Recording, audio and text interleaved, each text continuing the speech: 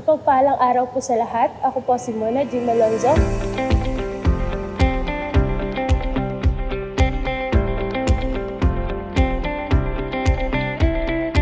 From Breakthrough Network at ang aking P12 po ay si Tita Luisa Palasige. Nais ko lamang pong ibahagi ang aking life testimony na binago at patuloy na binabago ni Lord. Bago po ako magkaroon ng malalim na relasyon sa Diyos, ang buhay ko po ay punong-puno ng kalituhan at kawalan ng direksyon. Bagamat lumaki po ako sa religious family at nakasama rin po ako sa worship team sa isang church, ay hindi po naging seryoso ang paglilingkod ko kay Lord. Noong nakaranas po ako ng mga sunod-sunod na problema na lingid sa kaalaman ng aking pamilya, ay natigil po akong mag-church.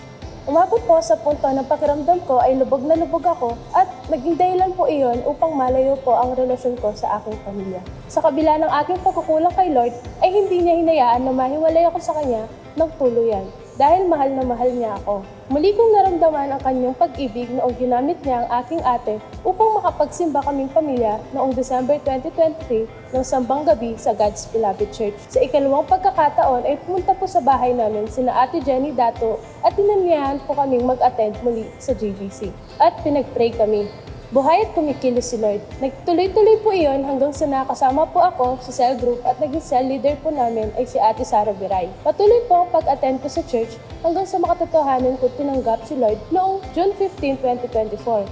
Noong dumalo po ako sa retreat, Encounter with God sa GBC. After po ng encounter, sumunod po ang pag-undergo namin ng life class 63 days Journey with God. At kasalukuyan po akong nasa School of Leaders Training. Marami po akong natutunan sa SOL training. Natuto po akong maging tapat sa pagde-devotion at pagbasa ng Bible. Ang araw-araw na magdasal at magpasalamat sa Diyos sa buhay na ibinigay niya sa akin. Natutunan ko rin po ang tamang pagpigil ng aking emosyon at ang magpatawad sa mga taong nakasakit sa akin. Napakasaya po ang makapagpatawad. Nakatulong din po ang SOL training na mahubog lalo ang aking faith at ang aking ugali.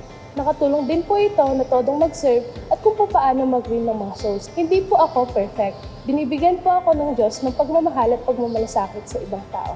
Ang pinaka-importanting natunan ko during the SOL training ay ang paglapit sa Diyos sa anumang kaganapan sa aking buhay.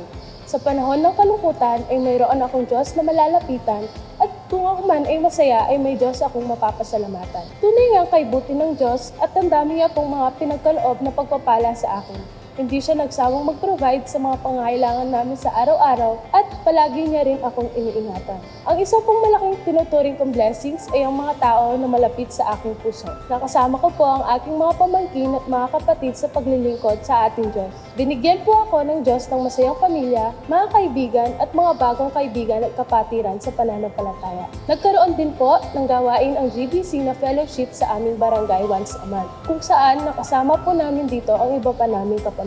Hindi rin po ako pinabayaan ng Diyos sa aking OJT.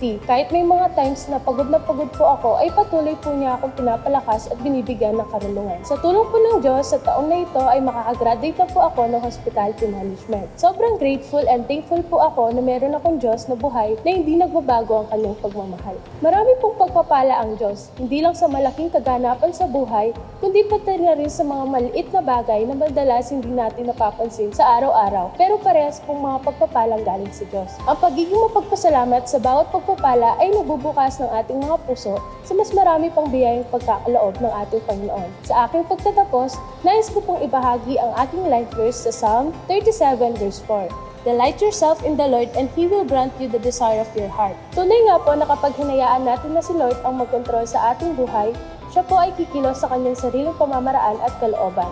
Madalas higit pa sa mga pagpapalang hindi natin inaasahan. Ang Diyos ay mapagmahal. Muli ako po si Mona G. Malonzo. To God be all the glory.